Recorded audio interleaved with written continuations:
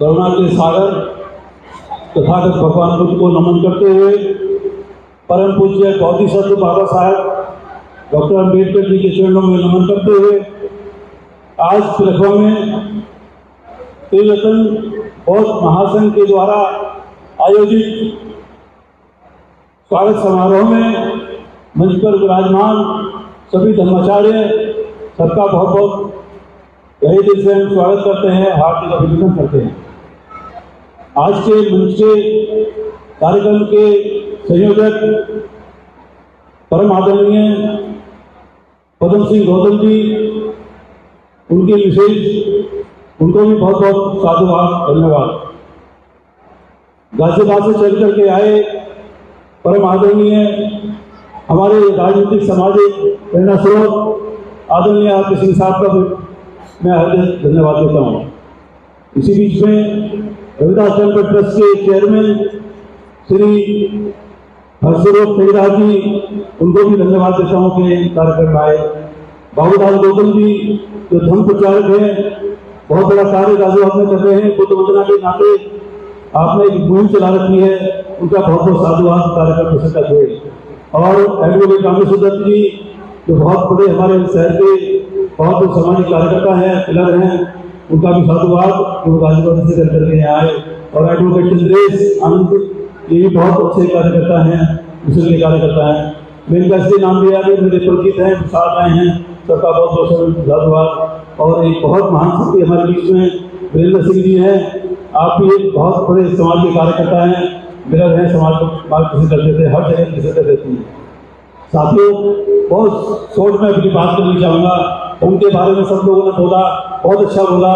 और त्रिरत्न बौद्ध महासंघ के कार्यक्रम में पहली बार शिरकत कर रहा हूँ, बहुत ज़्यादा जानकारी संघ के बारे में नहीं है, लेकिन बीच में पदम सिंह जी ने कई बार बताया है और अच्छा कार्यक्रम है, बहुत सुचारू रूप से, बहुत ही अनुसंध तरीके से चल रहा है, बहुत ज्ञानी लोग हैं। आशा करेंगे इसको समाज के बीच में लाएं, कार्यक्रम बताएं, धर्म के बारे में बताएं, आपकी किस तरह की विचारधारा है, किस तरह की धर्म का काम करने के तौर तरीके हैं, उसको बताएंगे तो धर्म का लाभ होगा, बात आगे बढ़ेगी। मैं एक दो शब्द और कहूँगा, शब्दों का बड़ा खेल है। कुछ लोग कहते हैं कि भगवान बुद्ध को बौद्ध गया में ज्ञान प्राप्त हुआ, ये बड़ा उद्देश्य है। इसका मतलब क्या, पहला ज्ञानी हो, बहुत बड़े ज्ञानी शुरू से थे, तभी उन्होंने सब कुछ याद करके मानव कल्याण के लिए आगे आए। उनको ज्ञान नहीं, उनको संबोधि प्राप्त हुई थी, एनलाइटमेंट प्राप्त हुआ था, विश्व के कल्याण के लिए, दुनिया कल्याण के लिए उन्होंने एक रास्ता खोजा था, जिसको महाबोधि वृक्ष के नीचे बोधि प्राप्त हुई। तीसरा, कई बार लोग कहते हैं, हमारे पढ़े लिखे लोग भी कहते हैं, हमारे धर्म के लोग भी कहते हैं, हमारे धर्म के न्याय भी गलती से भी लिख भी देते हैं कि महात्मा गौतम बुद्ध, ये बड़ा भी बहुत आपत्तिजनक शब्द है, महात्मा गौतम बुद्ध। आत्मा का कोई स्थान बौद्ध धर्म में नहीं है, ना ही बाबा साहब ने जो बताया है, ना ही भगवान बुद्ध ने बताया है, ना ही कहीं हमें तो आज तक आत्मा का शब्द का कहीं बौद्ध धर्म में नहीं मिला। तो महात्मा कैसे हो जाएंगे? जो आत्मा को नकारते हैं तो महात्मा लिखना ही गलत है।